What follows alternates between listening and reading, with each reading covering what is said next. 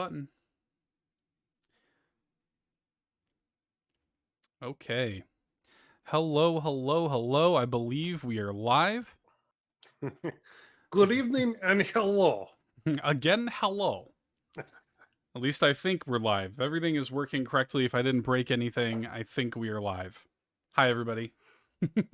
Good to see you. Hope everybody's doing well tonight. If this is your first time joining us, this is the sort of first segments of All In a Nintendo podcast, which is our weekly Nintendo variety show. We cover all sorts of things on the show, and we do many segments through the show, but we kind of record the first like half of our show here every Friday night live. Because basically covering the weekly Nintendo news and what we've been playing and stuff like that makes up like roughly half of our show. And that's what we're going to be recording here tonight. So if you're joining us, hi, welcome. We're here to talk some news and stuff. Yes, so. and some stuff. It's been a week, guys. It's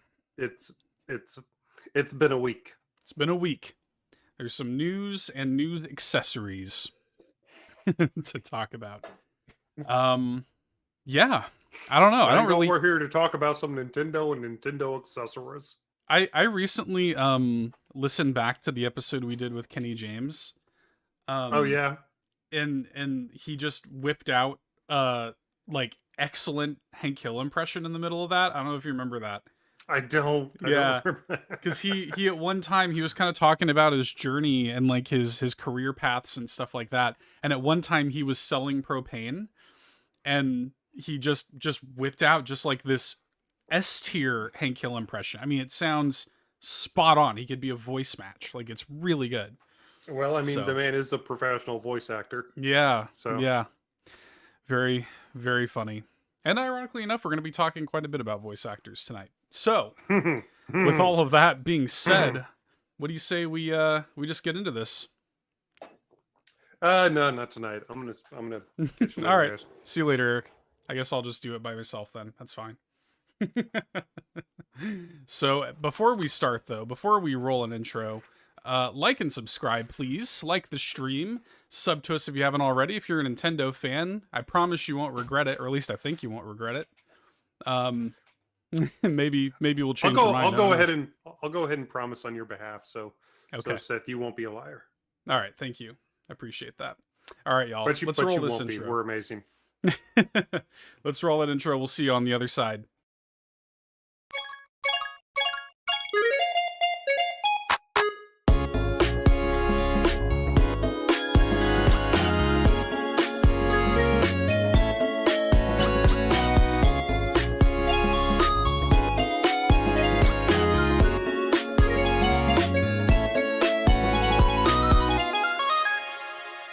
That's right, everybody. We are here, and we are happy to be bringing you another episode of All In a Nintendo podcast, the weekly Nintendo variety show, where each and every Saturday, no shell's left unturned and no point is left unearned.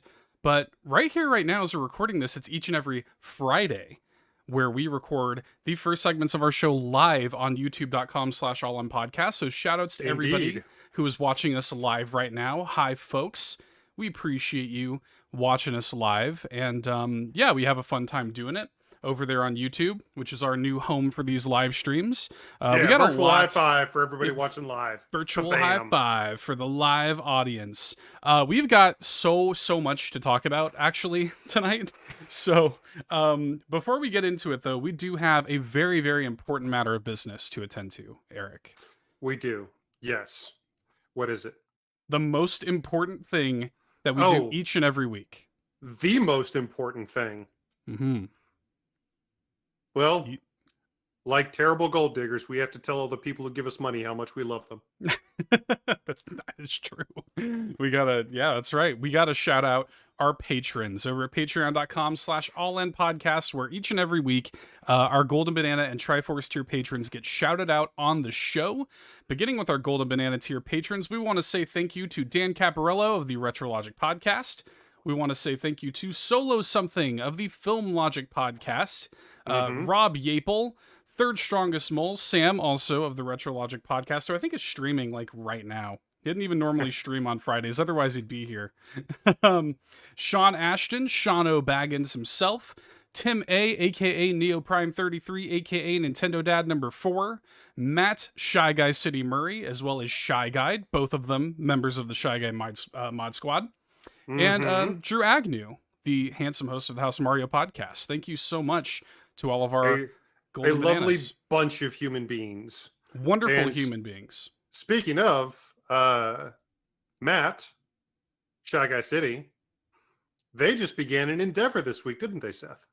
That's true. Yeah. Big shout outs to them. So Matt and his wife, actually, this has been cooking up for a long time. I wasn't invited. I wasn't invited either. I invited myself.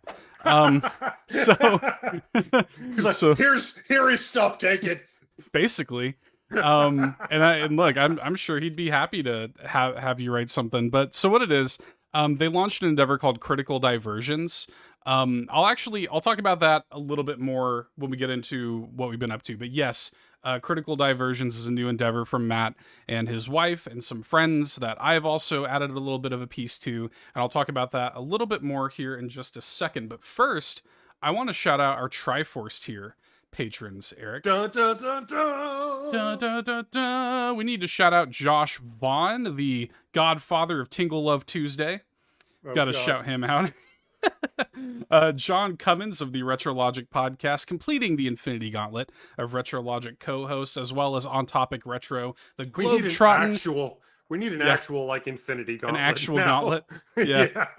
The Globetrotting, Jet Setting Planet, Excavating Sparky. We love you, Sparky. Brand new Triforce tier patron, actually, Adam Caparillo of the Retro Groove podcast, who has been on this show. Adam is a great friend and now is a Triforce tier supporter. So thank you so much, Adam. We big salute shout-outs. you, sir. Yes, big shout outs to Adam for joining the Triforce tier patrons, and of course the most legendary and beloved Triforce tier patron of them all, Uncle Randy. That's right. That's right. You know, we love you. Throwing back to Sparky though for a second, he got me like super nostalgic this week. Oh. Our top 5 last week had to do with it was games that really use darkness in a really unique and interesting way, and this created this big Nintendo Land discussion in the Discord. And I've been jonesing for a Nintendo Land sequel like all week now. I was like, oh my God, we need a new one. I know. I really would love a new Nintendo Land. Nintendo, Doug Bowser, if you're tuning in right now, we would appreciate a new Nintendo Land for Switch, please. Nintendo Switch Land. Come on. Make it happen. I know they're not going to. I mean, heck, we're about to get a couple more party games on the Nintendo Switch, but we shall talk about that in due time. Yes, but thank you to all of our patrons, Gold Banana tier, Triforce tier, even the 1-Up tier. Thank you guys so much for your love and support. Thank you, Uncle Randy, as always. We love you, Uncle Randy. But sir, what's been going on in your world this week? So what's been going on in my world this week? So last week I spent a lot of time playing spoopy games last week. I played a ton of stuff. Not so much this week. I did play a lot of stuff, still grinding out something very specific in Capcom Fighting Collection. Okay. And I did actually admittedly have, it's been kind of a week for bad evenings. But I had maybe the most infuriating JRPG session of my life this week. On Earthbound? On Earthbound. Yeah. So Earthbound doesn't really pull any punches coming out the gate. They immediately throw like debilitating status effects. You immediately run into enemies that can siphon your magic points. They call them PP, psi points in the game. You immediately start running into enemies that can add more enemies to the battle. And it's a while before you actually get your even second party member in the game. You're running around just as Ness for several hours. So, I mean, I died several times, but you get, with each new party member you get extra inventory space because each person Right. can hold items. But when you just have nests, you basically only have the ability to hold just the items, the key items that you need at that time, plus like one or two extra things. So if you get hit with a status ailment, like if you get mushroomed, or if you get it's effectively the equivalent of poison in the game, you get a cold, Right. Yeah. you basically have to hightail it back to the hospital to fix that immediately. You got to spend more money. You got to hightail it back. You got to fix that immediately. And I honestly didn't know this, but Ness has a couple different weapons. Obviously, the baseball bat, especially because of Smash Brothers, is his most iconic. Mm-hmm. But he gets a slingshot as well, or can get a slingshot. I didn't know this. Sam, thankfully, uh, learned me up on a couple things. He's the expert. He He's the he is expert. absolutely the expert. I absolutely bow to his. I'm a very learned gamer myself, but when it comes to knowledge of the Mother series, I definitely defer to his expertise. Big time. And apparently, specifically, one of the things about the slingshot is its low accuracy rating. And I was, man, the number of times I would miss legit like 3 or 4 attacks in a row while I was just getting pummeled, while I was just having all my magic points siphoned, while I was getting mushroomed and getting a cold for just hours, trying to save Paula and finally get that second party member. It was just an exercise in frustration. It really was. Like, getting Paula really feels like the breaking point for the game. Like, you finally passed that plateau.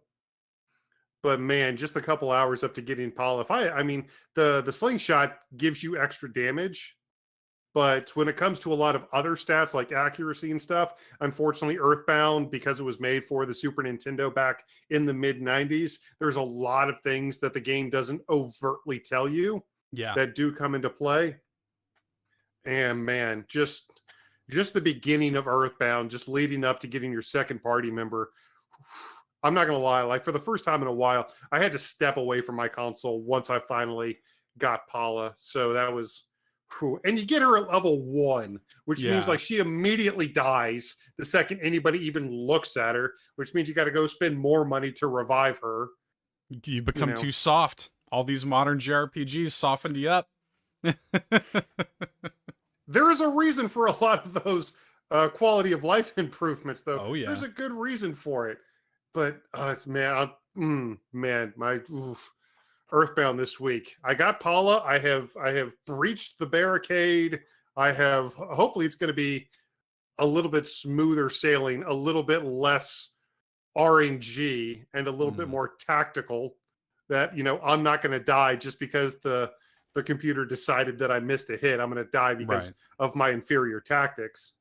So, but I reached that point. Good. Whew, I can come down now a little bit. Yeah. Woo saw. But even though I wasn't able to do too much in regards to spoopy video games, that is not to say that I didn't do anything to celebrate spooky season this week. Far from it.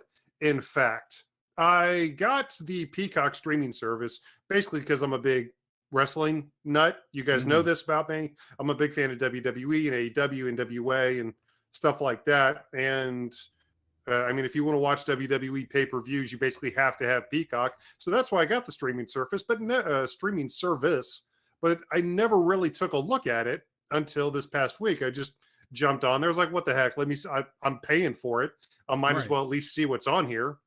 And turns out Peacock actually has something very near and dear to your heart, my friend. They have like the entire classic Universal Monsters collection. Yeah. You love to see it. I did love to see it. So the second I saw that Universal, like that classic Universal collection, I was like, this is absolutely what I'm doing for Halloween. So this past week, I watched Dracula, the Bela Lugosi Dracula. I watched Frankenstein, watched The Mummy, and I watched The Invisible Man. Bride of Frankenstein's my favorite. That's my favorite Universal Monsters movie. Really? Yeah. Mm-hmm. Nice. Yeah.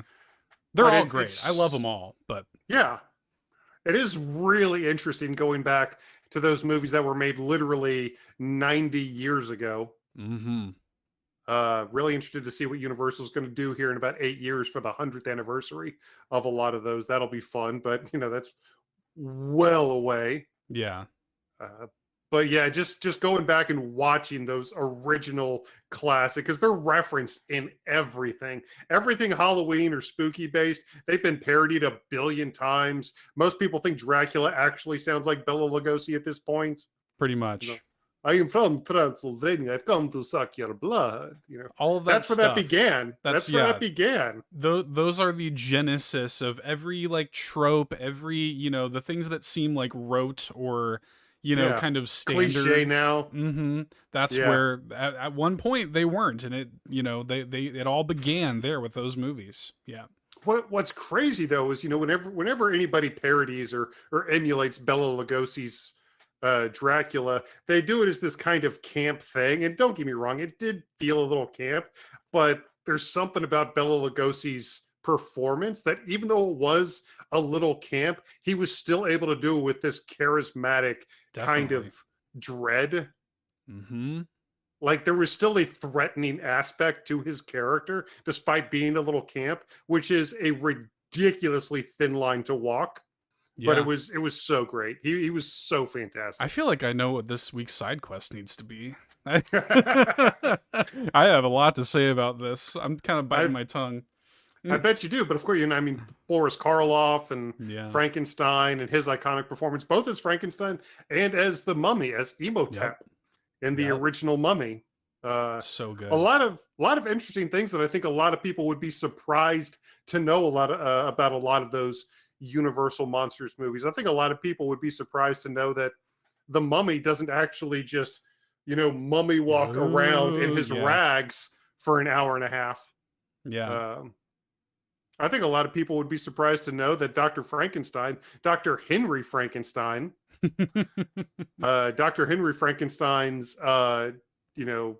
assistant wasn't named Igor.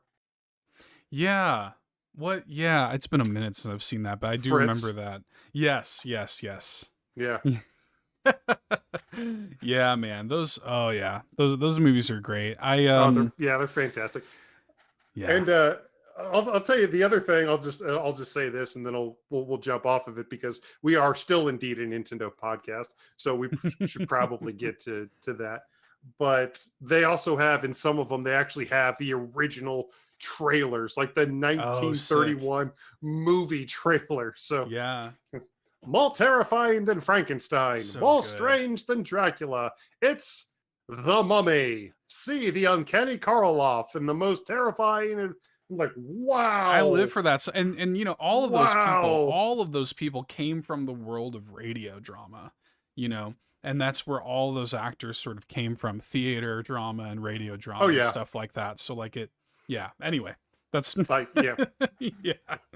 Oh, don't get me started. the theater experience just drips off of Bela Lugosi. Just drips off of him. But yeah, that was a ton of fun. Like I felt like I've really captured the essence of Halloween this year, especially going back and finally watching. I think this was actually the first time I'd seen front to back those movies. You see them on AMC or you see them on different classic channels every once in a while. But I honestly think that was the first time I had seen those movies start to finish unbroken. And it was just, it was so great. What a great time. If you have Peacock, I mean, that's one heck of a way to spend spooky season, is going back and checking out those classic Universal monster flicks. It's the best. I live for it, dude. That's the best. I gotta watch some of them. I have I have like this big box set they did for one of the anniversaries. They did a huge like Blu-ray box set. It's like a 50 film collection or something. It's ridiculous. Jeez. Yeah. Yeah, they milked those franchises, didn't they? Oh yeah. And you get in all the Abbott and Costello movies in there as well. Yeah. Abbott and Costello meets the Hand of Frankenstein, dude, versus so the Mummy's Curse. They're so good. Yeah. Oh, I feel like this needs to be a side quest. Side quest, for those who don't know, is our Patreon exclusive show that we do, dedicated to non-Nintendo topics. So I feel like this is a side quest waiting to happen, honestly. Yeah, well, fair enough. Well, then let me just go ahead and shut up because I mean, we've still got plenty to talk about, but there wasn't like I didn't really want to start any games this week because I Right. knew the second that Thursday came Yep. that my card was going to be full. Been waiting on this game forever. For like a year and a half now, I have had this background on my phone for a good year and a half. I've had this background on my phone waiting for this week. And sure enough, we finally got Mario plus Rabbids Sparks of Hope. And having beat the entire first area of the game and put about 5, 6 hours into the game already, I can like already it's everything that I wanted from the sequel, genuinely. And I cannot wait to play the rest of it. That is going to be one heck of a fun review for both of us, Seth. But I don't want to get into it too much.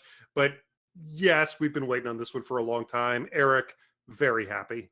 Yeah, I'm really happy with it too so far. I'm only like an hour in, but even just like the little bit that I've been able to play, I've been very very happy and very impressed. And it's just yeah, it's exactly what I want. I can't wait. This weekend's all about Mario Rabbids. That's like all I'm Yeah. doing.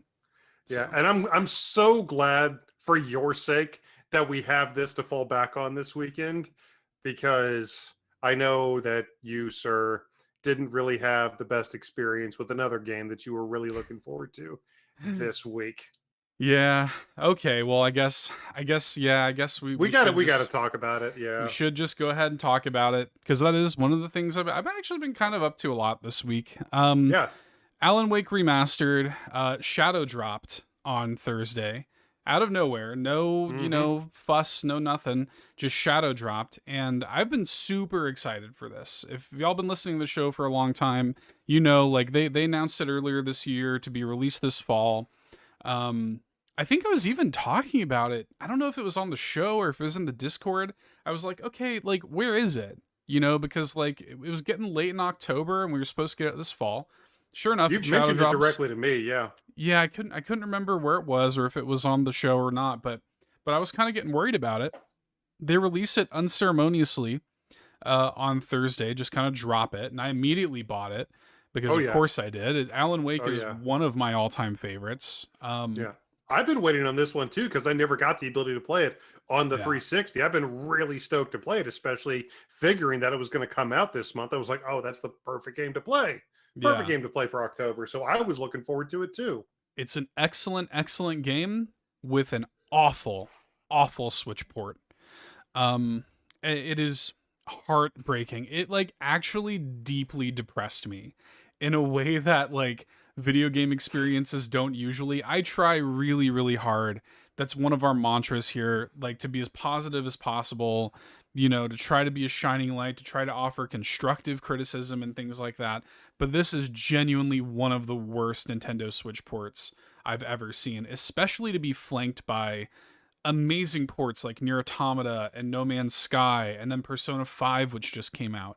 Yeah. These really like well done ports, and then to have Alan Wake just kind of dumped out in the middle of it with no pomp or circumstance, and it's terrible. And I'll Yeah. get into specifics too. Yeah. Um it's not only is it visually like subpar, like people, I think Game Explained did a side to side comparison. Like visually, it literally looks worse than even the original Xbox 360 version. Like the textures don't look as good as they did even on 360. Which, Well, it was our mistake, honestly. A lot of people thought that it said remastered, but if you scratch out the R a little bit, it actually says demastered. yeah, right.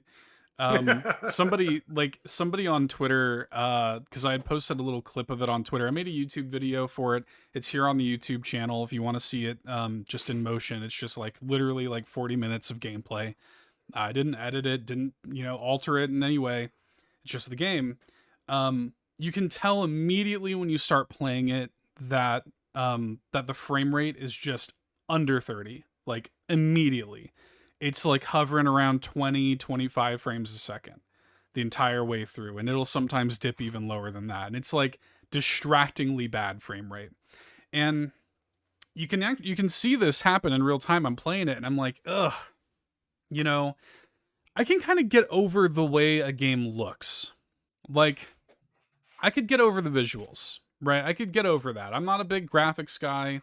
Yeah. We're Nintendo Switch fans. We're used to concessions having to be made, you know? Yeah, we also, I mean, we love a lot of indie games. I mean, we talked about a game. I mean, when I was talking about In Sound Mind, In Sound Mind is not a graphical powerhouse. It, is from an indie studio, but the game makes up for, those graphic with a ton of personality and creativity and a lot of charm. Yeah. This was a AAA game from a decade ago. Yeah. Yeah, and so, I could kind of get over it looking bad, but the frame rate being as bad as it was actually like distracting to the gameplay. But then like the cardinal sin of it all was there's a moment where you go on to Cauldron Lake, which is sort of like the big sort of, and you're kind of first getting into the town and everything. It's this big introductory sequence. You're on the ferry with your wife Alice and everything. And I'm looking out, and you're supposed to see like mountains and stuff, kind of lush, like kind of green. It's in the Pacific Northwest, vaguely. So it is supposed to look like kind of Colorado, Oregon sort of look to it. And I'm looking around and I'm like, this doesn't look, I'm like, the mountains are all white. Did they change it to look like it has like snow on the mountain or something? And then I look a little bit closer, and not only did the entire mountain textures just not load, but there were even some other textures that were just like green spots on the white mountains. And I was like, this is inexcusable. Like, I was trying to be like understanding about it, but like stuff like that is inexcusable. I just don't get it. And then like there were little things like I was walking around towards the end of the video. There's a moment where I was just kind of walking around in a very, normal area, and this fence that was like maybe 15 feet in front of me, if that, was like popping in and out. I'm like, what is this? Like, what is going on? I don't understand. It's just a bad port. And so I mean, like, and I hate to say this, it breaks my heart to say this, it really does, but I cannot recommend the Nintendo Switch version of the game until they patch it, optimize it, whatever they need to do, and I hope they do, because it's such a special game. It deserves a special port on the Nintendo Switch. I cannot. I would rather you experience the game literally anywhere else. I would rather you dust off an Xbox 360 and play it that way. Literally. So stick your hand out. That's the game's draw distance. Yeah, it's so bad. I don't understand. So that was upsetting, like really deeply upsetting to me. I know it was. But it is what it is, man. Alan Wake's on Switch. Yay. Alan, yay. Yay. Woohoo. But immediately, and this is something you already kind of touched on, but there were those people that are like, well, what did you expect? It's the Nintendo Switch. I'm like, can we get past this archaic argument? Because that has no bearing on this situation. It's not what it is. Whatsoever. If you're trying to port a PlayStation 5, native PlayStation 5 game, yeah, sure. We understand, because we had to take some concessions with Life is Strange True Colors last year, and we knew that. But this is, again, a decade-old Xbox 360 game. This should have been a slam dunk. Yeah. This should have been a slam dunk. Again, and there's no excuse for it. You can't possibly say anything, especially when you're bookended, like you said, by ports. We haven't played it yet, but by all accounts, the Persona 5 Royal port is amazing. The Nier Automata port, by your own admission, Seth, is amazing. Yeah. Yeah. So it really just is inexcusable. And I hate to say it, because again, I was super looking forward to this as well, but I'm going to have to defer to my co-host on this, and that very obvious video that he took where it basically just looked like, some wireframing, like actual wireframing going on with the textures for this game. I'm not going to play that. No, I mean, literally, I mean, You can watch. You can go on the YouTube channel and watch it for yourself. I did not alter the footage whatsoever. It's just 40 minutes of just raw gameplay. It's just literally the first 40 minutes of the game. You can see it in motion. I should say too, because I was actually wrong about this. I thought that Remedy did this internally. Turns out it was actually this studio called D3T. I guess it's D3T. I don't know if it's supposed to be Det or something like that. I don't know. But D3T is the studio that ported it. Guys, I'm begging you. I'm begging you to patch this. Like, it needs it. It deserves some special attention. Because, like, Nintendo Switch fans should have a good version of this game to play. So this is kind of bad, but I mean, it's, let me see. It's the name of the studio is D3T. Mm-hmm. Don't touch this title. There you go. There you go. So that's, that, yeah, makes me sad, but it is what it is. There were I some think good Remedy things, needs though. to come in and remedy this situation. Maybe they do. Maybe I'm they sorry, do. that's enough know. of the bad jokes for me. I apologize, ladies and gentlemen. Yeah.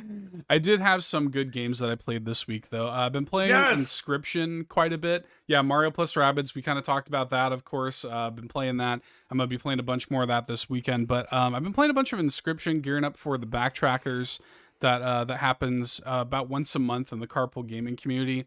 Love those folks. And the game for this month is Inscription, which is not on the Nintendo Switch yet. We have reason to believe it's coming. It has been rated for the Nintendo Switch, so I'm kind of just waiting on that. Yeah, just waiting on that announcement. Where's that at? It's perfect for this month. It's nice and spooky. It's a great game. I'm really enjoying it. Very meta.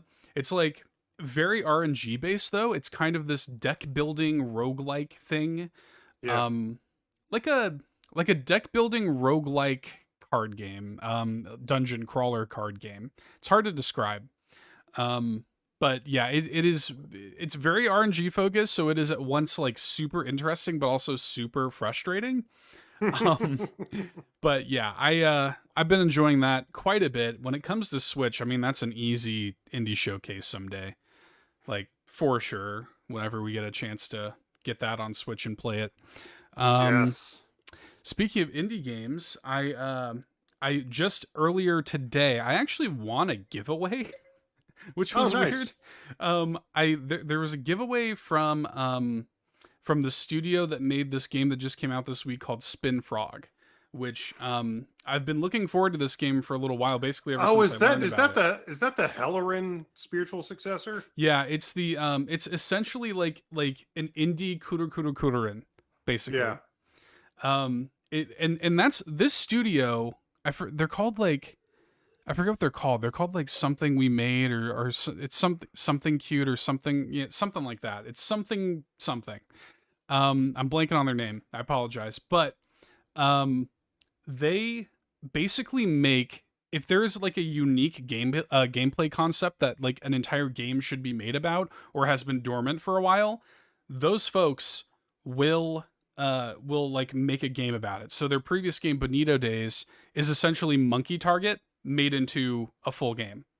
Like Monkey Target from Super Monkey Ball, the game. That's basically it. This is like, hey, there hasn't been a Kururin game in a long time. We're just going to make one. And it's really good. I've been playing that quite a bit today. I entered in a giveaway for a code, and I won a code. Matt, Shy Guy City, won a code. Yeah, I saw him post some stuff online today. So. Yeah.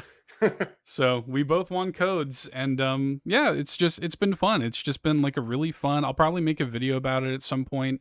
It's everything I want it to be. It's actually really like polished and well put together too. Which is cool because Bonito Days, like I really enjoyed it, but it is kind of like more of a rough around the edges kind of experience. This one feels very like well put together. The music's great. Level design's really good. If you like Kururin, which it's such a obscure game, I can't imagine many people even know what it is. But it's like this kind of puzzle series where you play as this like constantly spinning like helicopter blade, essentially. So you have to navigate levels while the blade is spinning. Ironically enough, it's probably most people know it from Super Smash Brothers Brawl as an assist trophy. Yeah. So it's kind of an obscure Studio series. Somewhere, by the way. Studio Somewhere, Okay. apparently. Okay, got it. Studio Somewhere. Yeah, I really like what they're doing. I really like their kind of vibe. So, but yeah, so their new game Spin Frog, been playing that. And Nice. then speaking of Matt, I just want to really quickly circle back to Critical Diversions, which Matt's been on this show. He's been on Keep Nintendo Weird, and I think both times he's kind of talked about this kind of mysterious project that he and his wife have been working on. And they Mm-hmm. revealed this week that this project is called Critical Diversions. And essentially, what it is a series of essays written about a ton of different video games. I won't reveal what they are here because I'm going to let him do that when the time comes. But it's a collection of essentially essays about just a ton of different games written by him mostly, but also some other people that he knows, friends of his. They've all sort of compiled. Essays, and then for many of them, his wife also has an accompanying art piece that she has done, like a beautiful watercolor art. His Yeah, she wife does is some charming art. yeah, his Absolutely wife's charming art. wonderful artist. I've got some room on my wall over here if you're taking commissions. Just yeah, she's a wonderful artist. So she is. she's gonna have all of these essays, art associated with them, and essentially Matt is like formatting and organizing them like a magazine sort of. It's not going to be printed physically, at least not yet. It's going to be put up online, but I'm sure he would love to print it physically at some point. But I think to start, it's going to be put up online. It's going to be formatted and look nice and everything. That's what he's been working on. And so I was sort of just like, oh wait, I would love to be a part of this. I basically just DM'd him. I was like, next time, if you guys do like a series 2, I would love to write a little something to add to it. And he's like, well, it's not going to be out for, a little while yet. If you could probably get in on it now if you wanted to. So I was like, okay. So I wrote an essay for that about Night in the Woods, which is a game that's very, very special to me. And I have a very special connection to that game. And I wrote a little essay about it to add to that project. So, yeah, that was really fun. It was, and I love writing, so I love to just sit and write about, stuff. And yeah. You know, they should maybe think about a way to publish some of these. It's too bad that you and I don't know an incredibly talented artist who writes a lot about games and hand draws a lot of his own art and happens to have just launched a new magazine style publication. It's too bad we don't know anybody like that. So. Yeah. Yeah, and I'm sure that's something that they're probably looking at. I'm sure they would love to do that. So, baby steps though. I think to start, I don't want to like dedicate, I don't want to say anything about a timeline. I don't know. I know that he's planning on doing it reasonably soon. I just don't know. I don't want to like throw any dates out there and get anybody's hopes up, but it should be by the end of the year. This should launch, and you guys can read all of the stuff. Look at all the gorgeous art for Critical Diversions. Their Twitter handle is @crit_diversions. We're following them. We've been tweeting about it and stuff. I'll have a link in the in the description so you guys can check them out. Definitely recommend giving them a follow because it's going to be a really, really special little project and like personal stories. Some of them are just kind of more like straightforward video gamey kind of essays, but like then there are some pieces like the one I wrote. It's like a very personal piece, and kind of stuff that I've wanted to say about that game for a long time that I finally have like a sort of outlet for. Even if like, and we should do an indie showcase on Night in the Woods, but like I have things to say about that game that really aren't even appropriate for an indie showcase. So this was like a great outlet for just things that I've wanted to say about that game for a long time. So anyway, I'm very excited.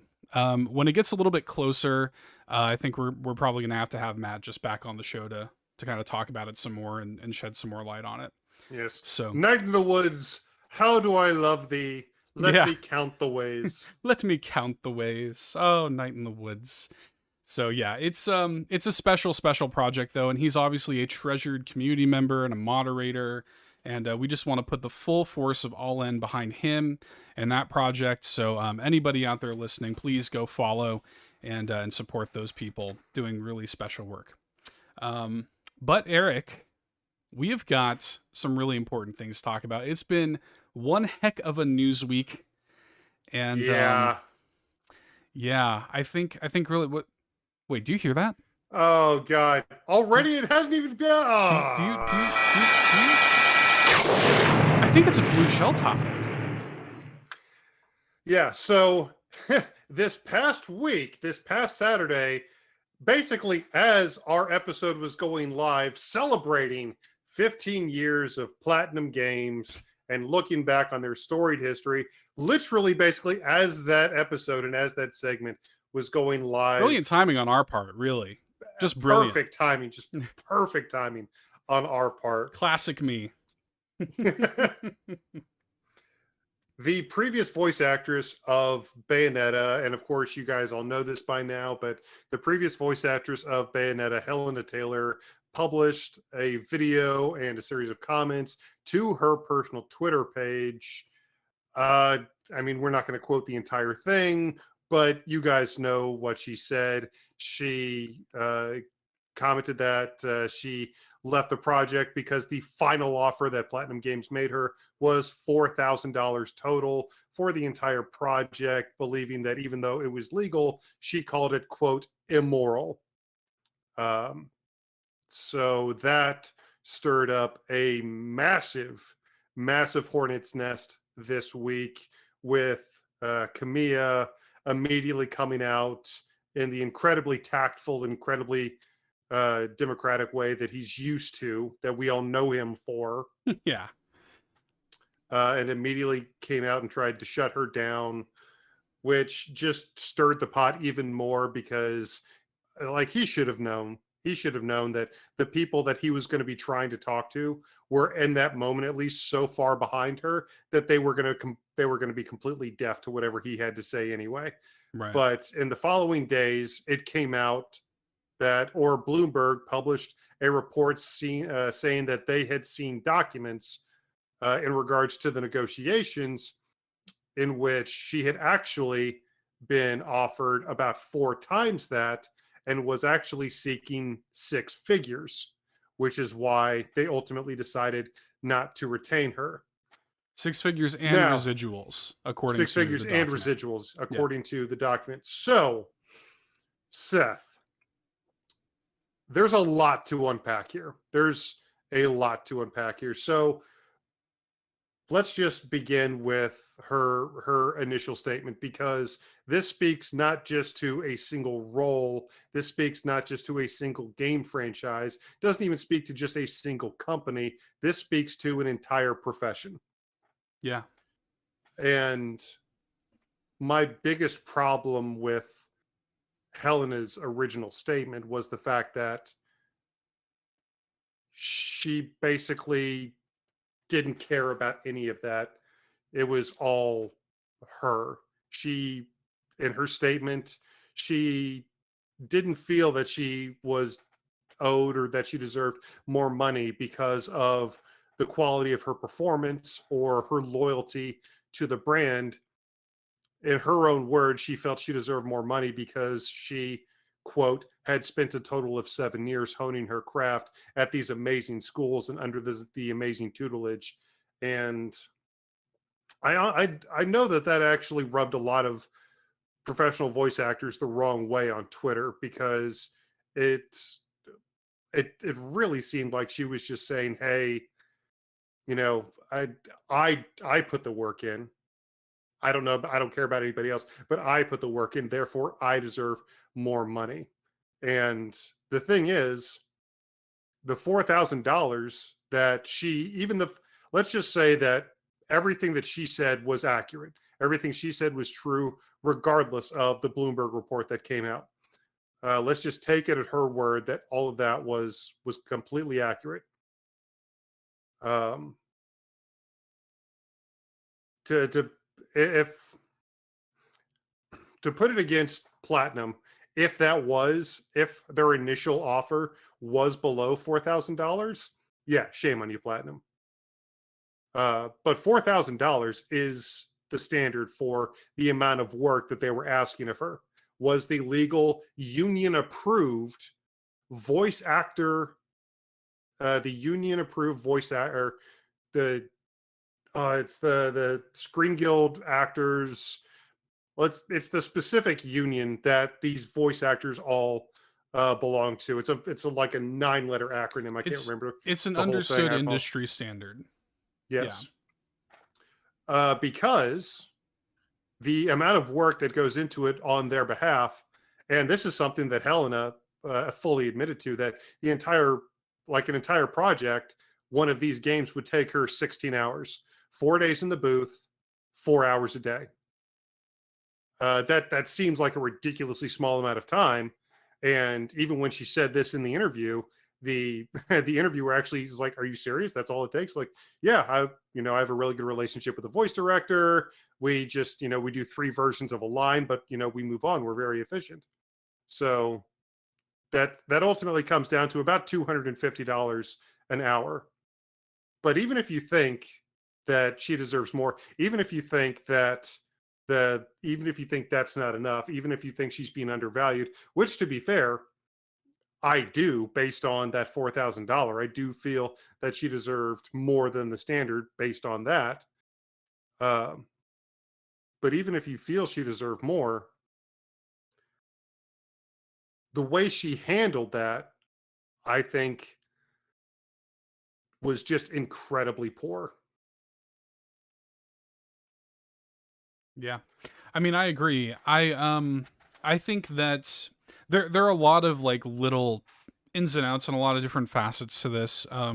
Yeah, what we know is that the industry standard for kind of normal voice actor work, things like motion capture, a lot of Yeah, people are like, they would pay Troy Baker more. It's like, well, Troy Baker does motion cap like, yeah, Troy Baker made more than $4,000 to make The Last of Us. Like, yeah, we can probably safely assume that, right? But it's a different kind of work. That's the kind of thing when you enter into a negotiation. For Helena Taylor to come in and do Bayonetta for 16 hours, then yeah, that, which is, $250 an hour, 16 hours, $4,000. That's the standard rate, right? Now, according to these documents from Bloomberg, which, again, it's he said, she exactly. said Yeah. at this point, we're never going to know the truth, right? We're never going Yes. to know the truth. And to be fair, we have specifically taken Bloomberg to task a couple times in regards to their incredibly, incredibly poor reporting of the at the time upcoming Switch Pro, quote Yeah. unquote. Now that was Bloomberg Japan and stuff, and the reporter Jason Schreier has a pretty good track record for, tracking stuff like Yeah, this down. He says he's actually seen documents from multiple sources. It's been corroborated by other places. Blah blah blah. That's fine. Regardless, we're never gonna know the actual story because Helena has refuted that immediately. No, that's a lie. It was $4,000 flat. There was no miscommunication. That's a lie. So it's he said, she said at this point. Like yes, we're never gonna know. But the prospect was in those documents apparently that, yeah, it was 4 sessions of $4,000 each, between $3,000 and $4,000 each. I think it was like a minimum of 15K that she would, and then she hit them back saying, no, I want a 6-figure payout, and I want residuals. By the way, residuals are essentially unheard of for video game voice actors. It never happens. The reason we know this is because of many voice actors like Sean Chiplock, who has been on this show. yep, Um, he was very kind of public, and I'm not trying to put words in his mouth or misquote him or anything like that, but he was very kind of publicly talking about the business of voice acting, saying, "Here's how it is."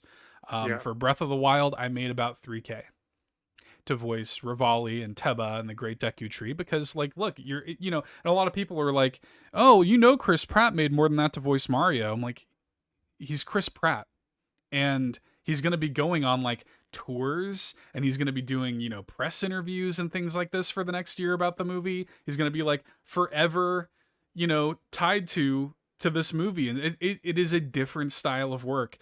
Shout outs to Bowser here in the live chat. I would also like 6 figures in residuals for 16 hours of work. I mean, that's essentially like what we're talking about here, regardless of anything else. These people work hard, but we've sort absolutely, of, yeah, as a kind of as a kind of culture and as a union of these actors, there's a reason why that is kind of the understood standard. Now, do I think it should increase? Yes. Do I think that they should be awarded residuals for major games like this? Yes. You know, like I think that's totally reasonable. And I Yeah. think that if you saw that, if things like options for residuals were on the table, you would have voice actors doing it for free. I'm just going to say that right now. If you Yeah. said, "Hey, you can be a voice in Breath of the Wild, and rather than paying you, we're going to give you a cut of the total sales in perpetuity," every single voice actor on there would do that for free. I'm just going to Yeah. say that right now. So, Yeah, Seth and I have been very vocal about our support of unionization and these types big time. of deals. If you want to, I mean, if you want to increase the standard, the opportunity is there. You don't have to scapegoat a company who is applying by the union and industry set standard, who is applying by who is appealing. What's the word I'm looking for? Who is um, Jesus. You don't have to scapegoat a company who is basically going along Yeah, with the deal that was set in place. I mean, there was actually a video game voice actor strike back in 2016 and 2017 that dealt with all of this stuff. So if you feel that industry wide you're not making enough, if you feel that it's it's just not enough based on what you have to do, because yeah, I mean, I can sit here and say that I would love to make $250 an hour, which I certainly would, but that's, you also got to find multiple projects. I assume that Helena was not staking her entire year's income on this one project. I would assume and hope I that would she hope. had many other things in the works. Uh, it did kind of feel that, and granted, yes, Bayonetta is a very famous franchise now, and she was the voice of the first two games, so she does feel very much attached to it. But to not be in Bayonetta 3, it almost, from her perspective, it almost felt like she was, losing out on a major part of her career. Right. Uh, so, Yeah, and it's also, it's one of those things too where like when you take on a role like this, you sort of, I mean, they're going to be going to conventions, signing, oh yeah, making autograph revenue and things like that based on these characters doing cameos. And there are a lot of kind of ways to skin this cat. And there are a lot of so it's like you can't really apply the lens of like other business structures and other even contractor structures to this, because there are so many different facets to it. Like if you're a voice actor and you feel like you're underpaid by a project or whatever, yeah, you feel like you're underpaid by the project, but the long term thing, I mean, I have to imagine that somebody like Sean has made more than $3,000 on the things tied to Rivali, that have come as a result of that yeah, role. You know what I mean? Again, I'm not trying to put words in his mouth, but like there's more to it than this. It's not cut and dry like this. yeah. Um But and so many people took this so personally. yeah. And this wasn't a situation where somebody was physically, mentally, or sexually abused. This was a person who was made an offer. Mhm. They chose not to take that offer. Yeah. This isn't something where somebody was taken advantage of and only realized it after the fact. This was somebody who received an offer for a body of work, chose not to take that offer, and it was like, I know my worth. I'm going to choose not to do this and move on. Okay, cool. And then, to come out a couple weeks before the game's release, which I'm not going to say that it was done the time it was specifically to try to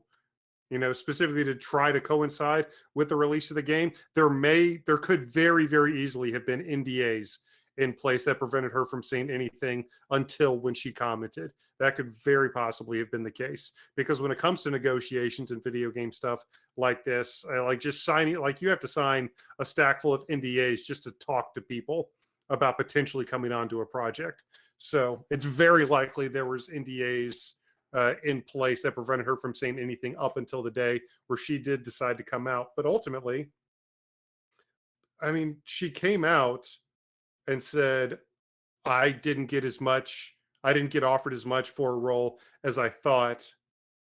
I want you all to boycott this game and forget all of the probably hundreds of incredibly talented and passionate people who blood, who bled, who sweat for this game, who did everything in their power to make this the single best project of their lives, and just I wasn't offered what I thought I was worth.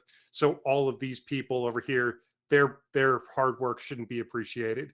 That was the thing that really rubbed me the wrong ways. If you want to come out and say, hey, this is what's going on in our industry, I'm here to tell you about it. I think we should all rally around. I think we should all, as a whole, attempt to make the industry better, not just for myself, but for my fellow voice actors. If you wanted to go that approach, I'm 1,000% behind you.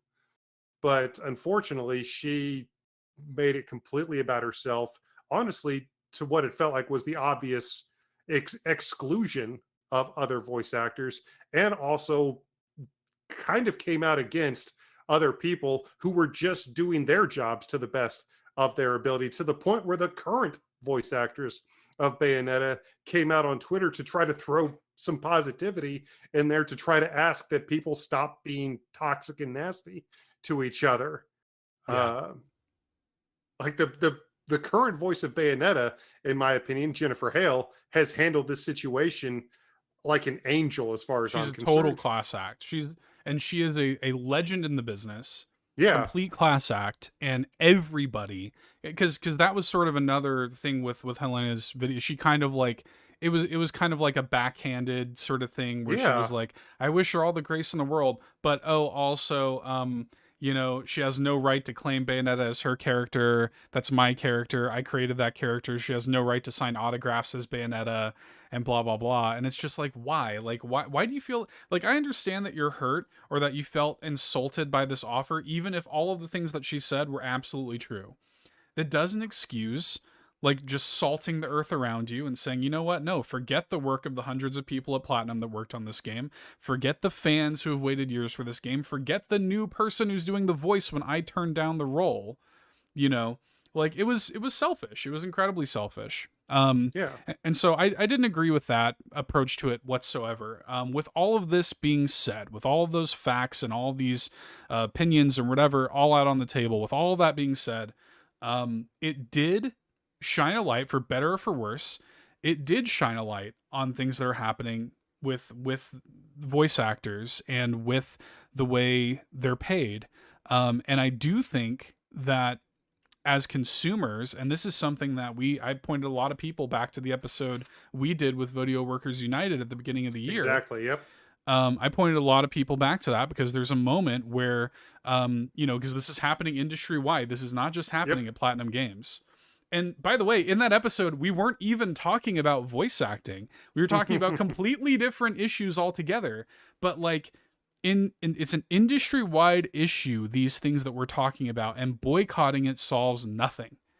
What does solve something, and again, I'll point you guys back to that episode that we did with them at the beginning of the year, because Miriam says it way more eloquently than I can. But the best thing we can do is to keep talking about it. Like, if we care about this, the best thing we can do is keep the conversation going. And to like, it's one of those things where you look at a Twitter man baby like Hideki Kamiya, who blocks everybody that calls him out on his BS. That's fair. And like, we got him to delete and reactivate his Twitter account. They like that's the thing. They know we know, because now we're talking about it. You know what I mean? And so the best hope is that if the fans and the consumers continue this conversation in a measured way, then it'll get to investors who are like, maybe I should kind of tug at these strings a little bit, and maybe things should be done differently. And the people who are actually writing the paychecks can actually start thinking about this stuff in a more measured. That's how real change happens. Choosing not to buy Bayonetta 3 does nothing, because I promise you, the last game that you bought, in buying the last game that you bought, you were also complicit in an underpaid voice actor or Mario Rabbids, right? We both are super hyped for Mario Rabbids. Ubisoft, not the best company in the world either.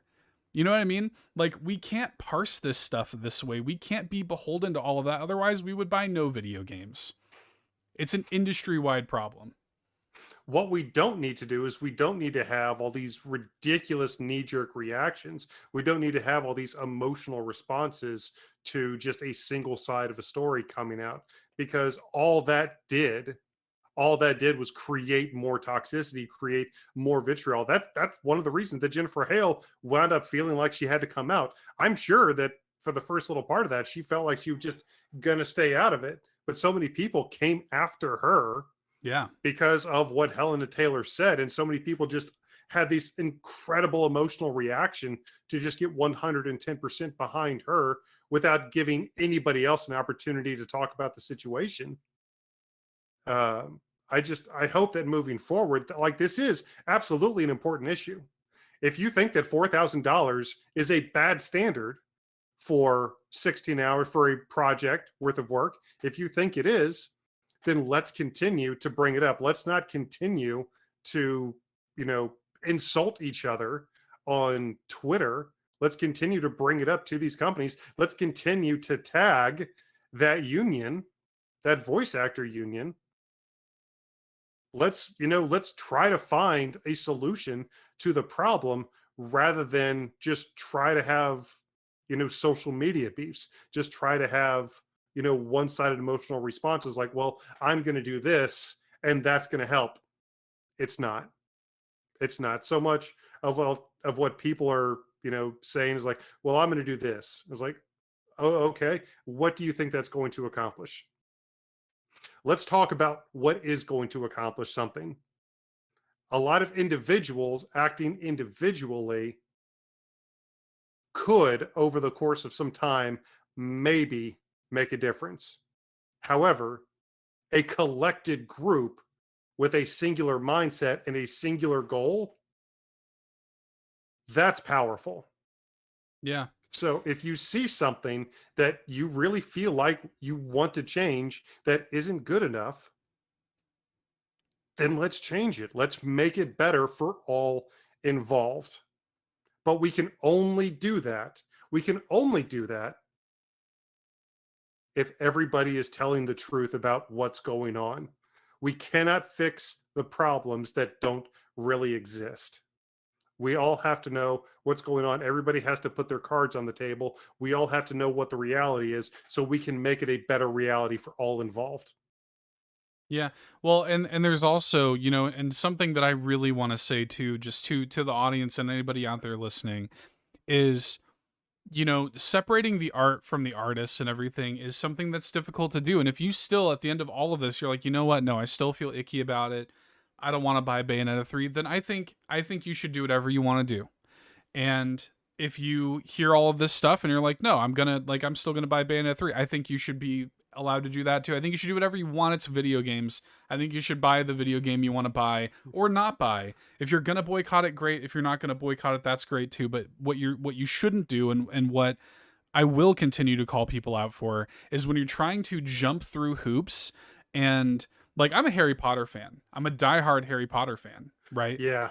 But which hasn't aged well, unfortunately. I am vehemently opposed to the morals of J.K. Rowling. Okay, to me, Harry Potter is bigger than J.K. Rowling, and the thousands upon thousands of people who create Harry Potter content that are not J.K. Rowling are bigger than her, right? So I'm not magically some terrible person because I want to buy and play Hogwarts Legacy.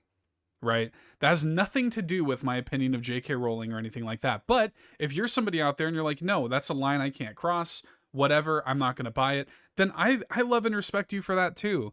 We all have to parse and do what makes sense for us on a moral level and how we want to approach this art, but we're not going to pretend like this bad stuff isn't happening. I'm not going to stand on a soapbox and try to justify the actions of this transphobia that J.K. Rowling is doing all the time and act like it's magically okay because I'm a Harry Potter fan. I'm not going to do that, but I'm also not going to stand on a soapbox and make somebody feel like they're a terrible person because they want to engage in a Harry Potter thing. And I'm not going to do it for Bayonetta either, or anything. You just have to do what makes sense for you at the end of the day. It's not a black and white thing. There is no right or wrong answer to this. You just have to do what makes sense to you. And I want to empower everybody to do that. Yeah. I mean, not everybody's going to become not everybody's going to become an activist based on this. Right. And if the conversation, admittedly, it has gotten really icky. especially with that massive area of gray that has come into view over the past week. So if you just say like it's like I'm sorry for everything that's going on, but I'm not going to be an activist in this situation. It's just too icky for me. I'm out. Completely respect you.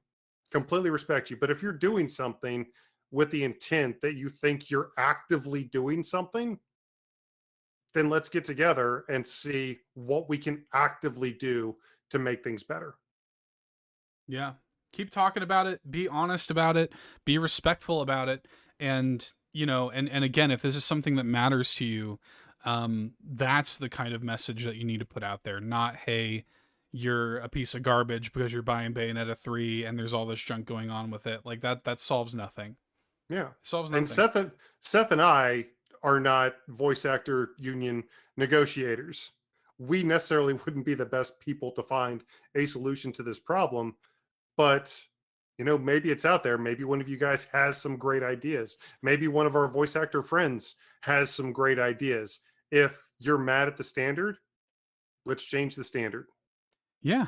I mean, but we have a platform and we have a community and we have an audience, and I want you guys to all feel empowered to do what you want Yeah. to do when it comes to this. And I don't want there to be any, and by the way, the whole like crux of this was boycott the game and donate the money you would have spent on the game to charity. I didn't see a single person talk about charity, not one.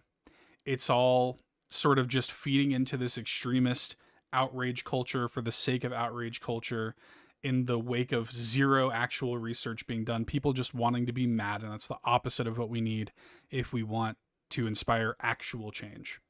Yeah. So, And Seth and I have always prided our community on a place where difficult conversations can take place in a safe environment. We have banned people who have broken those rules, but there are important conversations that need to be had, and there need to be places where those important conversations can take place. And Seth and I mean, I don't know if it's going to get fixed in our Discord, but I want everybody who's a member of our community to know that if you feel like there's something you want to say about this, we absolutely 1000% encourage you to do that in our Discord. Just be respectful. Yep. Be respectful, be honest, and keep talking if it's important to you. But yeah, I mean that's that certainly has been, I think, at the front of a lot of Nintendo fans' minds this week, and that's certainly something that we wanted to stop and just really marinate on as a Blue Shell topic, and really just kind of unpack for everybody, and again empower everybody to do what they want to do in this situation and know how to sort of parse it, because I think there's a lot of confusion going on in the community, a lot of sort of what do I do, how do I proceed? So I hopefully this kind of discourse and kind of talking about it here is hopefully giving you a little bit of peace with that, and hopefully, I'm sure many of you are out there are just tired of hearing about it by now. So hopefully this will be the last you have to, if that's what you want. I know certainly Seth and I are ready to move on. Yeah. But I mean, if you guys want to ask us questions about it, feel free. Nope, we welcome the conversation. But what do you say? There are a few other little pieces. That was certainly the biggest. But there are some other pieces of news to talk about. So what do you say we talk about them? There's a couple things that I guess kind of almost maybe didn't, but kind of happened this week. So let's talk about it. Hey, listen. So, coming into the end of spooky season, we really wondered what was going, if anything, if any big announcements were going to come our way. And sure enough, last week, we got an announcement of a Silent Hill transmission. Silent Hill is back. We haven't heard anything about the legendary survival horror franchise from Konami in about 86 years now. It's been 84 years or whatever it is, give or take a couple months. Yeah. And we were wondering what was going on. we got a we actually got a Silent Hill transmission, like a full 45 minutes worth of new information about Silent Hill stuff this past Wednesday. And you know what? The presentation itself was cool, and we'll talk about it for just a couple seconds. But man, did they kind of fumble the presentation, didn't they? Yeah, they so before the presentation went live, they had first of all, they had leaked the Silent Hill Yeah. 2 remake in the video description, which is unbelievable to me. Like I don't understand how that happened. As somebody who does stuff like this, I don't understand how that happened, cuz somebody had to go in there and literally copy paste the Silent Hill 2 remake like PlayStation Store listing. That was unbelievable to me. So that There's like happened. 7 steps that somebody could have caught that in.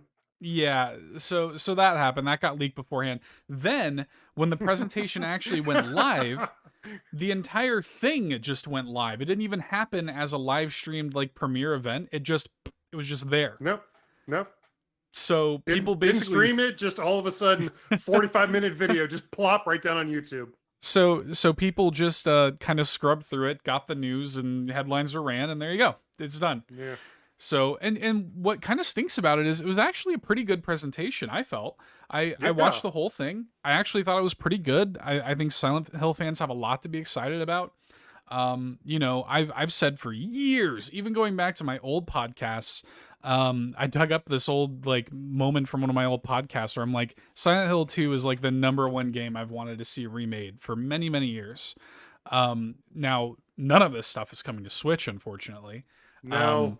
But you and I kind of knew that the chances of us seeing a Nintendo Switch logo during this presentation were very, very slim. yeah, But yeah. I mean, there's still a lot of cool stuff coming out. If you're a Silent Hill fan, it was like the end of Thanksgiving. I'm sure you had to sit back from the table and like unbutton your pants and just kind of like, oh, that was so much. Yeah, I'm a little bit worried about the Silent Hill 2 remake. Just, you know, really quickly, I love that game. I think it's one of the best video game narratives of all time. I'm really worried about it, not only because of the people who are making it don't have the best reputation. So I'm kind of worried about that, but I'm also worried about just like a lot of the subtleties and the rough edges being shaved off of it. Sort of the same way I feel about RE4 remake, but I think RE4 remake looks a little bit better, but we'll talk about that in a second. But you know, and Silent Hill F, you know, it was a teaser for the new Silent Hill game. We didn't really get much. It was really just kind of a CGI like tonal, you know, teaser more than anything. There was that interesting looking game with Annapurna that they're doing, which that was what I was thinking of, because I actually shared this because in addition to not learning a lot of stuff, we didn't even get console confirmations for a lot of the actual games that we're getting. Obviously, they were very clear about the Silent Hill 2 remake coming to PlayStation 5, but we've got several other games they showed off here. And of all of them, the one that Annapurna is working on, Silent Hill Townfall. Yep. I think that one has the biggest potential to come to Switch. Again, knowing almost nothing minus a slight teaser trailer that we got during the showcase. But if we're getting anything, and I do think that Konami would like to kind of spread their roots a little bit further than just the PlayStation 5. And Annapurna does have a ton of games on the Nintendo Switch. We've featured a couple of them here on this show before. So just because of Annapurna's involvement, I'm really hoping that at the very least Silent Hill Townfall comes, and that it's a good game, of course, but I'm hoping that comes to the Nintendo Switch. Yeah, so I don't have high hopes of it coming to the Switch, unfortunately, because the studio's previous games that they also did with Annapurna have not.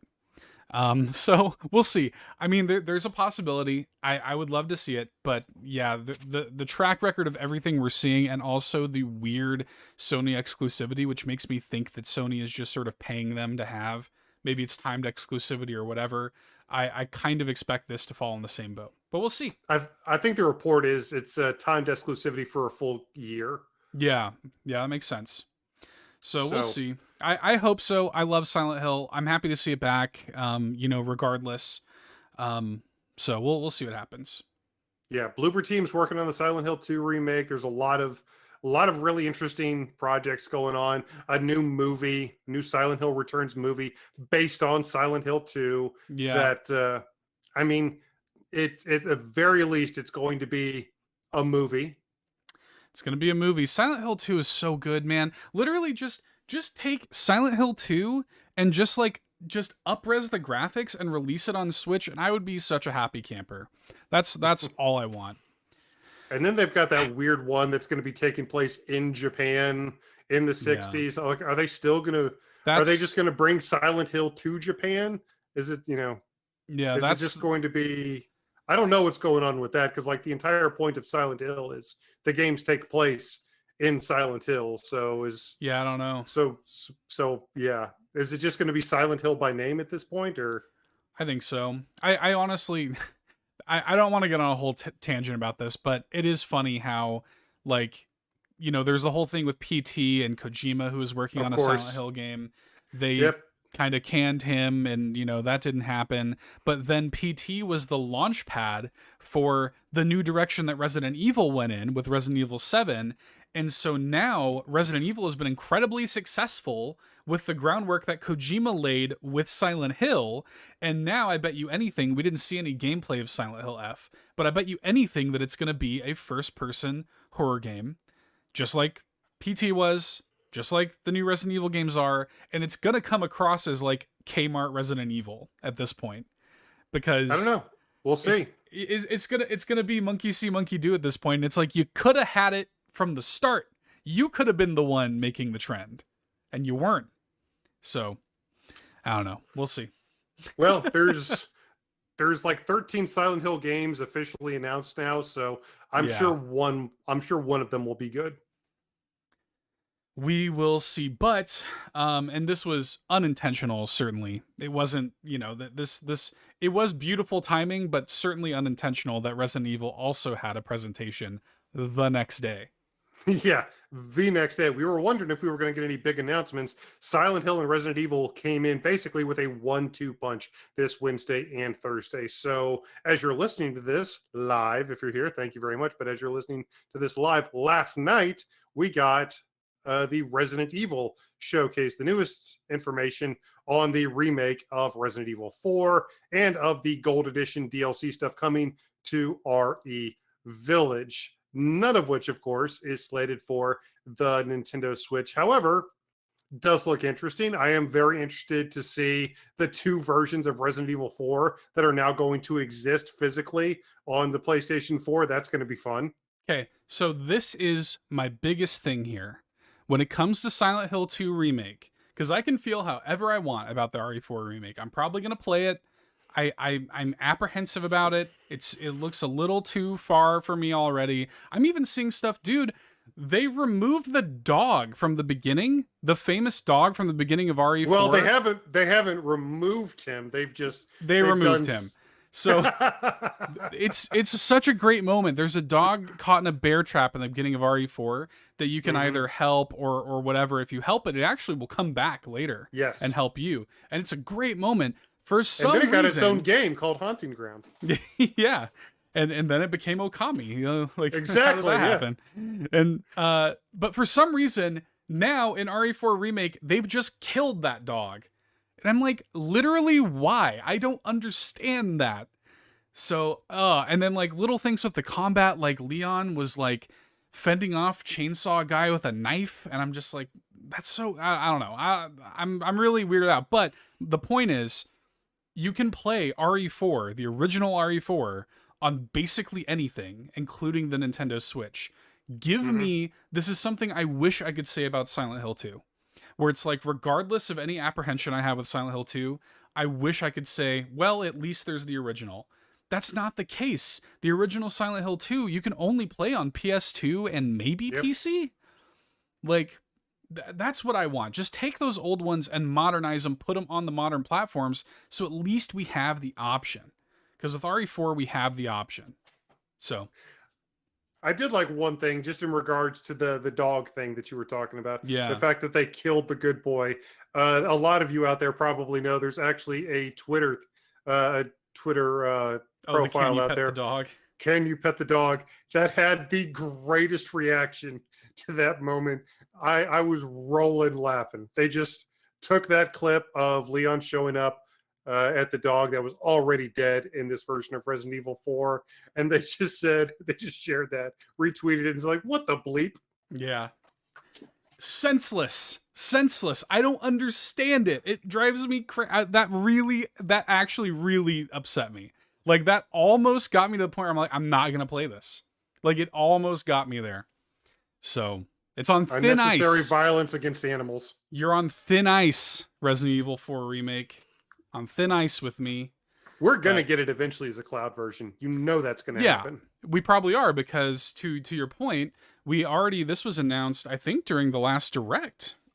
Yes, I think we got the dates here. Right. We got the dates here, but yes, it was announced during the last Resident Evil showcase that RE8 and the RE2 and RE3 remakes are coming to the Nintendo Switch via the cloud version. They even released a 30-second demo of Resident Evil 8 on the Nintendo Switch, like an alarmingly short demo on the Nintendo Switch. 3 minutes. Which I played. And unfortunately, the lag, because of it being a streamed version of the game, just those extra frames that it takes to start moving the camera around really turned me off of the cloud version of the game. And I mean, potentially the RE2 and RE3 remakes won't have that issue, potentially, but this is all being done through the same service at the same studio. So I'm expecting them all to have that lag, which means I'm expecting all of these versions to be kind of not the best. Yeah. So really quickly, those dates are Resident Evil Village is coming actually next week on October 28th. Resident Evil 2 Remake is coming on November 11th. Resident Evil 3 will be the following week on November 18th. And then Resident Evil 7, which has been out in Japan for like 5 million years, is coming on December 16th. So those are going to be cloud versions on the Nintendo Switch if you choose to play those games that way. Yeah, if you've been waiting to play these games and that is the only way that you have to play them, we're getting them.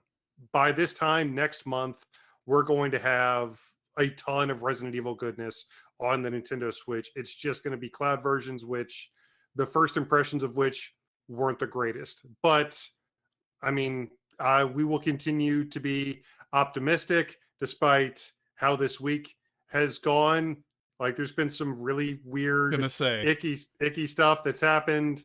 But in regards to ports of classic survival horror games, especially. But we were just going to hold out hope. We really want all these games to be good. We want to have really good, really cool AAA survival horror games on the Nintendo Switch. But this is going to be one of those cases where, Alan Wake shouldn't have this problem. But yeah, RE7, RE8, and the RE2 and RE3 remakes, they are probably going to suffer from the Nintendo Switch's hardware limitations. Cloud versions of those Resident Evil games will still be better than Alan Wake remastered natively. I'm sorry. So I'm sorry, Seth. Moving on, real quick story here. I just wanted to kind of shed a little bit of light on this because I haven't seen too many people latch onto this. But this is kind of a cool story, especially with the stuff that was coming out of the massive acquisitions that Fandom did that we reported on, I think 2 weeks ago, something like that. Yep. This comes from the Zelda Wiki, which is kind of like the end-all, be-all Zelda Wiki, which for a very long time, for many, many years, has always ran off of Fandom and has been sort of, running off of the Fandom engine for forever and everything. Well, they announced this past week that they are now going to go independent. I have a quote here, a statement from Zelda Wiki. They say, quote, "For over a decade from its creation in 2005 to its transfer to Gamepedia in 2017, the Zelda Wiki was a fully independent site. Even after the transfer and Gamepedia's subsequent acquisition by Fandom Inc., the site sought to continue its mission of curating an editorially independent, high quality wiki operated by fans. However, we have come to believe that these ideals are incompatible with fandom. So, after many months of preparation, the Zelda Wiki team is officially announcing our independence from Fandom Inc. Following fandom's recent buyouts and questionable staffing decisions, we feel we have no choice but to do our part to keep the internet free from corporate consolidation. We strongly urge our fellow wiki communities hosted under fandom to make the same decision and to help build independent wiki alliances such as NIWA and SEIWA, free from corporate monopolization and control. For those who are currently employed by fandom, we urge you to unionize while you still can. We can keep the internet free from hegemonic control together, but it must start with us. The princess can only thrive out here in the wild. End quote. There's that word again. Yep. Union. Yep. We are going to be seeing and hearing a lot of this, especially as things become more consolidated and things become more sort of homogenized. Yeah. You know, that's going to be you're going to start seeing more of this, you know, and Zelda Wiki, I respect the decision to go independent, and I'm not going to get on a diatribe about fandom again, but I'm not a fan of fandom. We'll say that. Just quick question. Who out there had militant calls for wiki alliances against corporate consolidation on their 2022 bingo card? Yeah. Just we're gonna continue to see more of this. Again, not a lot to say, but I just wanted to shine a little bit of a light on that, because I feel like a lot of people have glossed over that and the rest of the stuff that's been going on this week.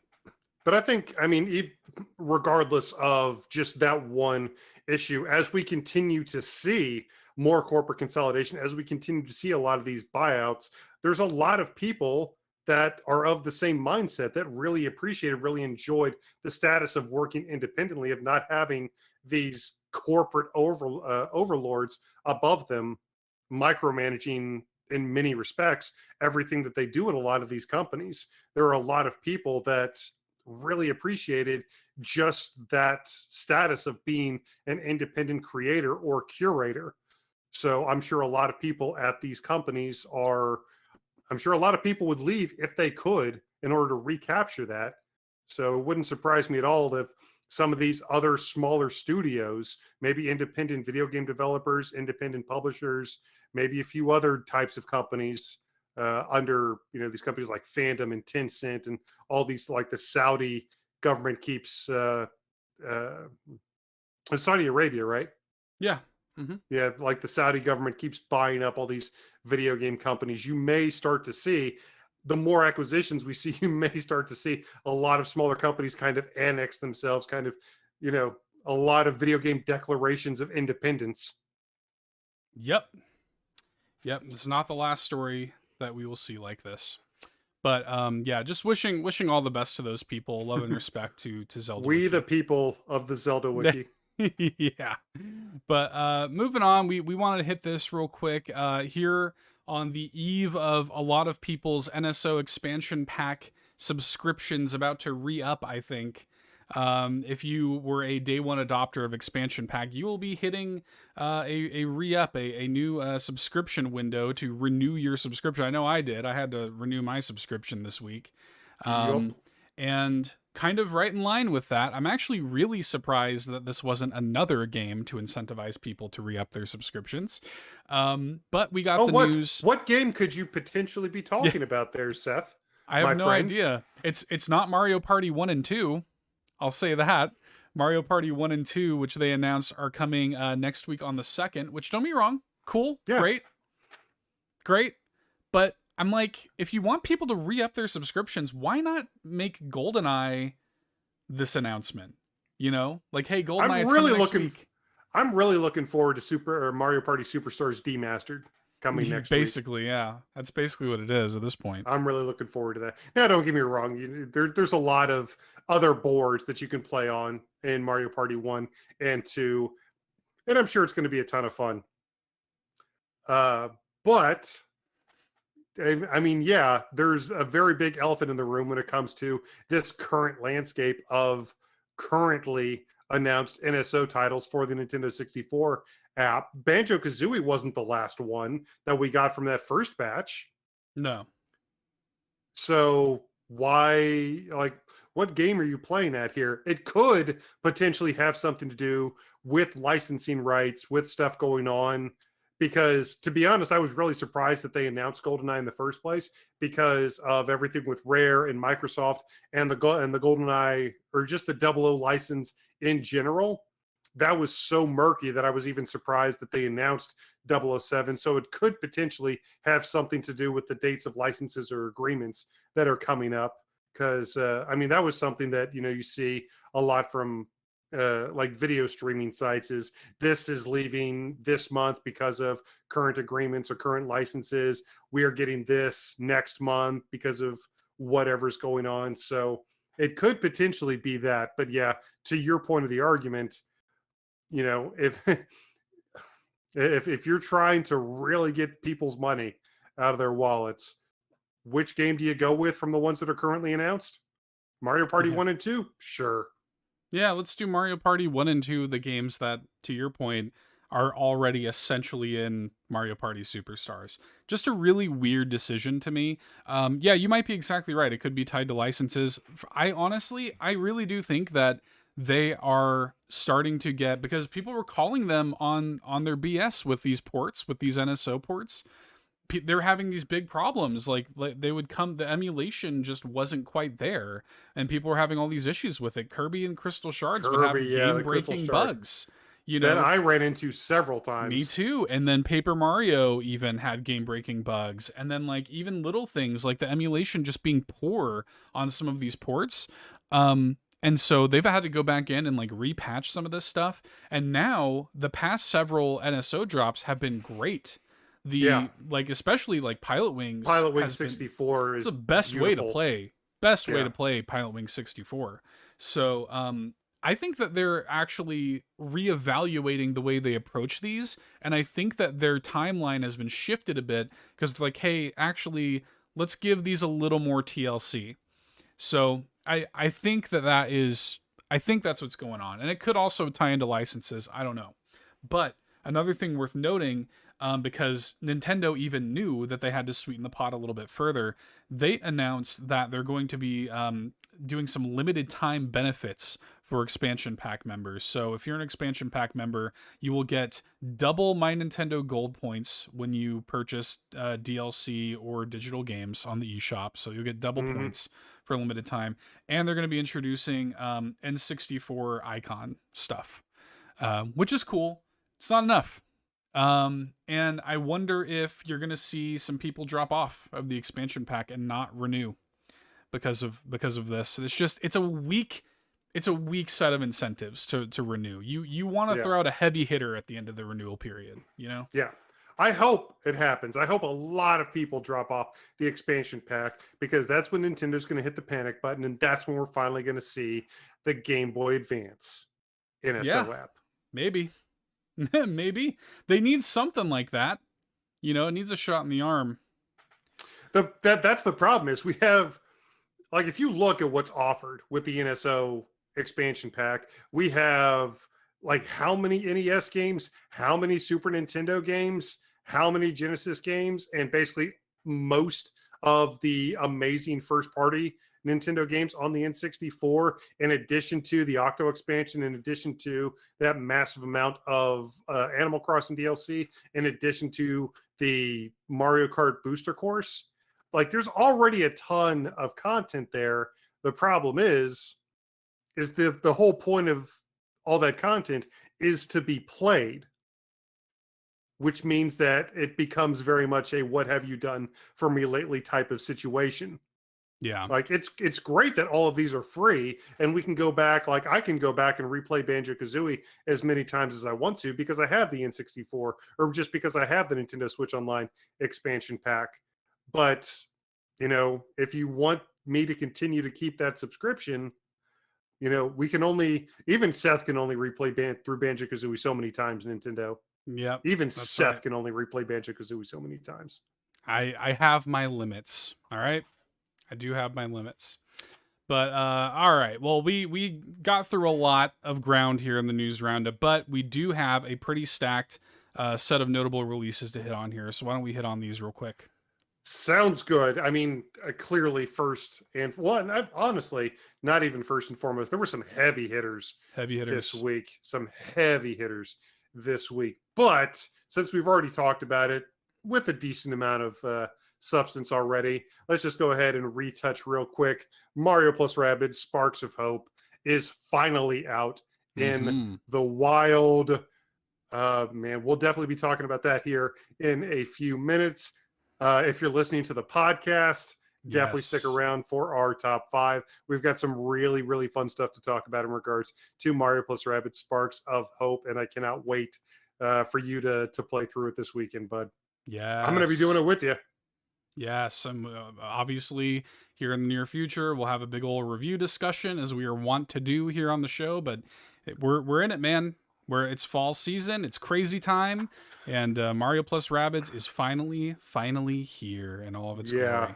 You know, there's so much to play though. I'm just really glad that another massive iconic JRPG didn't also come out within the past couple days. That's going to take up even more of my precious free time. Oh wait, I'm wrong. Yeah, thank God this long-awaited Switch port of a game that we've been waiting since literally 2017 to come to Switch. Thank God that didn't come to, with an amazing port this week.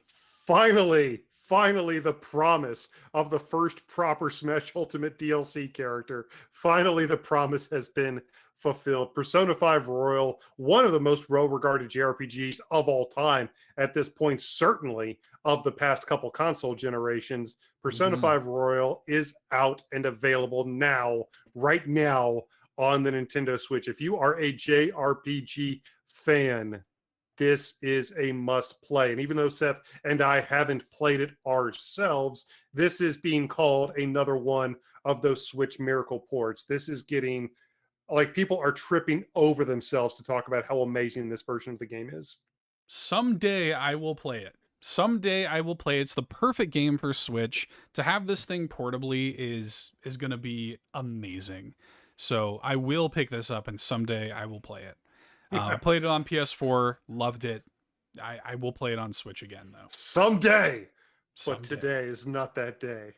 Today is not that day, but it's a good thing that we didn't also get a sequel to one of the best games that Telltale ever made based on a property that we both really love. It's good that we didn't get that this week. At least we have that.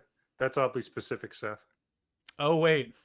New Tales from the Borderlands came out this week, too. Oh, my God. Yeah. New Tales from the Borderlands. We talked about the original Tales from the Borderlands recently on the show, and Seth and I both geeked out about one of the greatest cinematic scenes of all time, Pew Pew. Finger gun scene in Tales from the Borderlands is one of the great scenes in video game history. It really is. And I don't know if anything in New Tales from the Borderlands is going to top it, but it's another one that I definitely want to play. I cannot wait to check out New Tales from the Borderlands. We don't know too much about it, thankfully, because these are incredibly just announced narrative. Like a month ago. Yeah. We don't know too much about it, but these are very narratively driven games. So if you've never played anything from like the Telltale, anything from Telltale Studios, like the Walking Dead games, or, the Telltale Batman or Tales from Borderlands, or any one of the, at this point, hundreds of different adaptations that they've done. They did Game of Thrones and Back to the Future.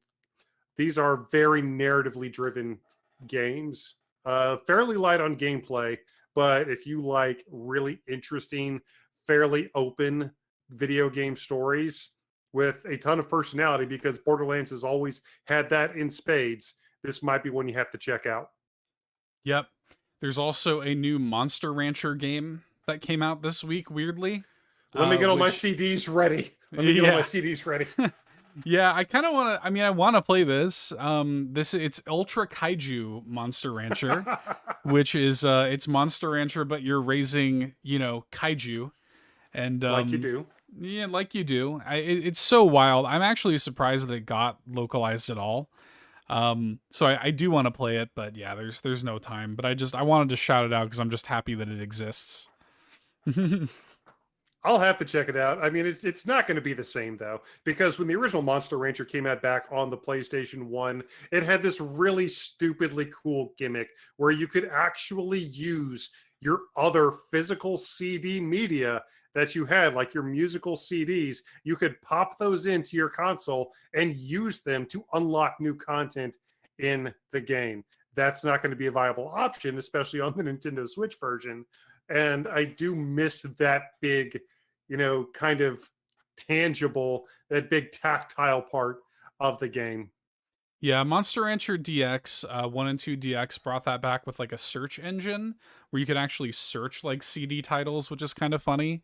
But so they made it work. I don't know if that's in this game at all. Probably not.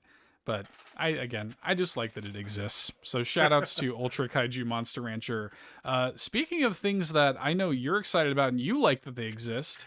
I do. I am excited about it, and I am very glad it exists. Last week, Modus Games released a really cool survival horror on the Nintendo Switch that we featured last week in an indie showcase. This week, they decided to release something a little bit different.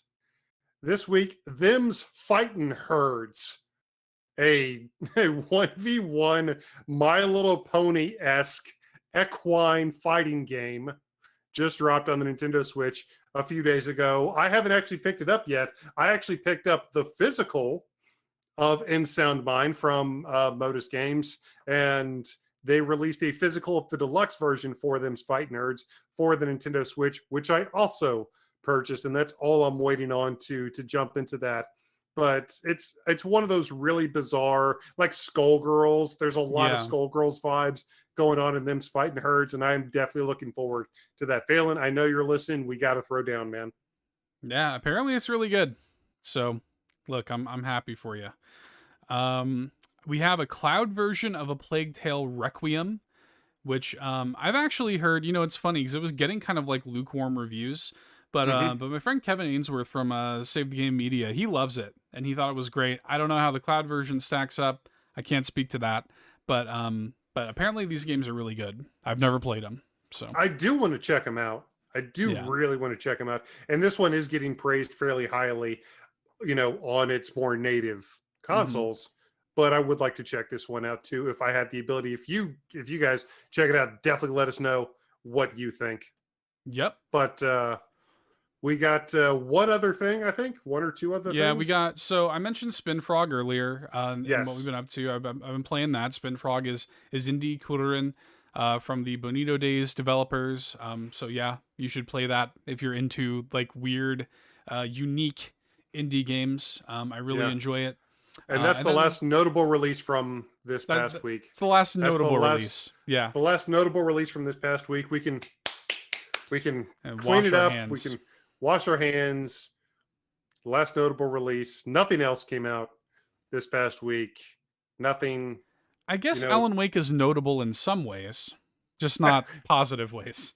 That's fair. That's fair. Yeah. So yes, I've said enough about it. Alan Wake Remastered also came out this week, of course. Yeah. And if D3T wants to go in and actually fix the game, we will be the first people to thank them for it. I would be stoked to see that. Nothing would make me happier. I will make a new video about it. I'll stream it. I would be thrilled. I would be thrilled to see that. Yeah, but as of right now, I think don't touch this title. Not for now. Not for now. Can't recommend. But there's so much stuff that happened in the past week, guys. Let us know. Like we said, we've already talked about how we want you guys to interact with us in the Discord. Let us know what your thoughts on everything going on in the world of the Big N.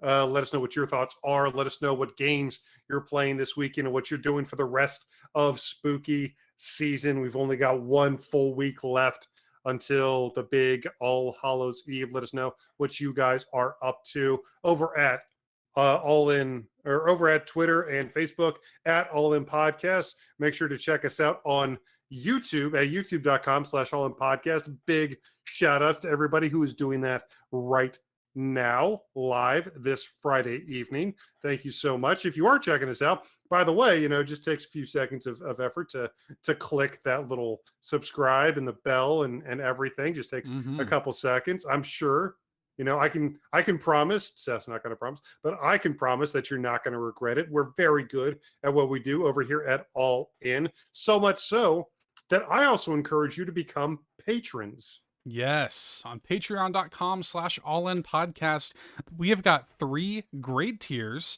that you can check out over there. See what tier works best for you. Exclusive content happening over there. Patron shout outs, all kinds of things. We got 2 exclusive podcasts that we do every single week, and much, much more.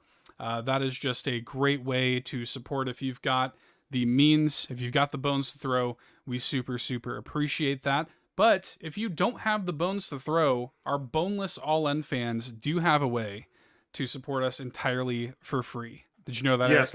Yes, and it would be a great, great spooky season gift. That's true, actually. If you were spooky skeletons out there and you wanted to throw some bones, that would be great. But if you can't, you can drop some words. Over on Apple Podcasts, on Podchaser, and on Audible, you can leave us 5-star written reviews that I will shout out here at the top of the show. And you can also leave us a 5-star rating on Spotify. And it is extremely easy if you're listening to us right now to do that. And we greatly, greatly appreciate it. Gets our show in front of the people who need to see it. Absolutely. Also true. Everything he said, no lies detected. And for everybody who does that, thank you so much for all of our for that golden bunch of golden bananas. And you Triforce tier legends.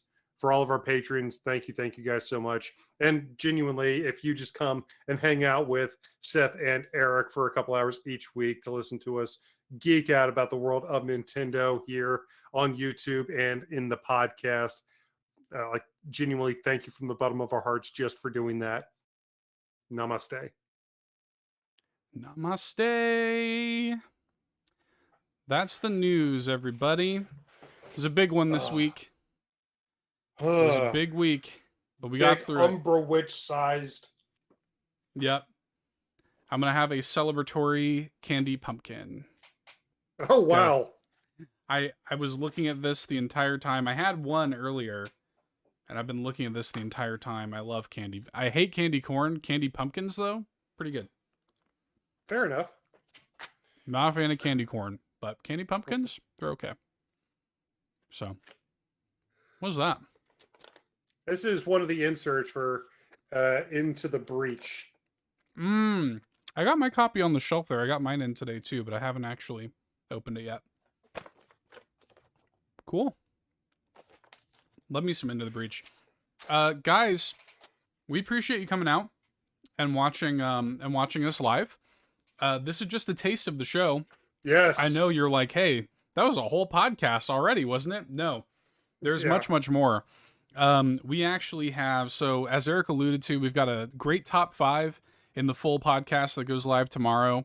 The top 5 guest characters we want to see in Mario plus Rabbids.